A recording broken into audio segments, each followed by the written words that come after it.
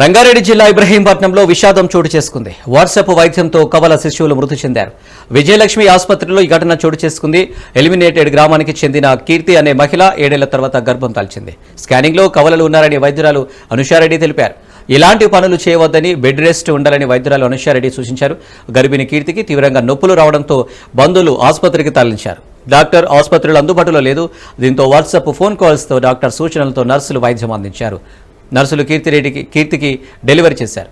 2 కవలలకు కీర్తి జన్మనిచ్చింది. కానీ తీవ్ర రక్తస్రావం కావడంతో కవల శిశువులు మృతి చెందారు. డాక్టర్ అందుబాటులో లేకపోవడంతో నర్సులు వచ్చిరాని వైద్యంతో కవలలు మృతి చెందారని బంధువులు ఆరోపిస్తున్నారు. తమకు న్యాయం చేయాలని బాధితులు డిమాండ్ చేస్తున్నారు.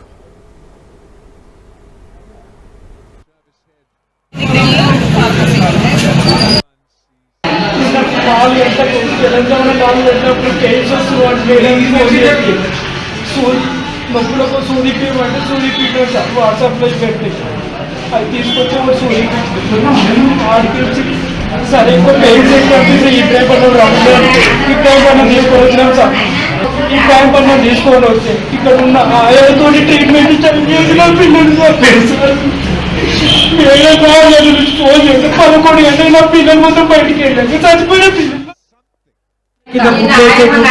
కుట్లు ఊసిపోవడం జరిగింది. ఆ కుట్లకు మరి బాధులు ఎవరు ఏం కదా ఎందుకు కుట్లు ఊసిపోయినాయి? 20 రోజుల కిందనే ఊసిపోతే నీకు 9 రోజులు 9 నెలల దాకా ఎట్లా పరిస్థితి ఉండు? ఏ విధంగా పైసల మీద ఉన్న ప్రిఫరెన్స్ ట్రీట్మెంట్ మీద లేదు ఈ హాస్పిటల్లో.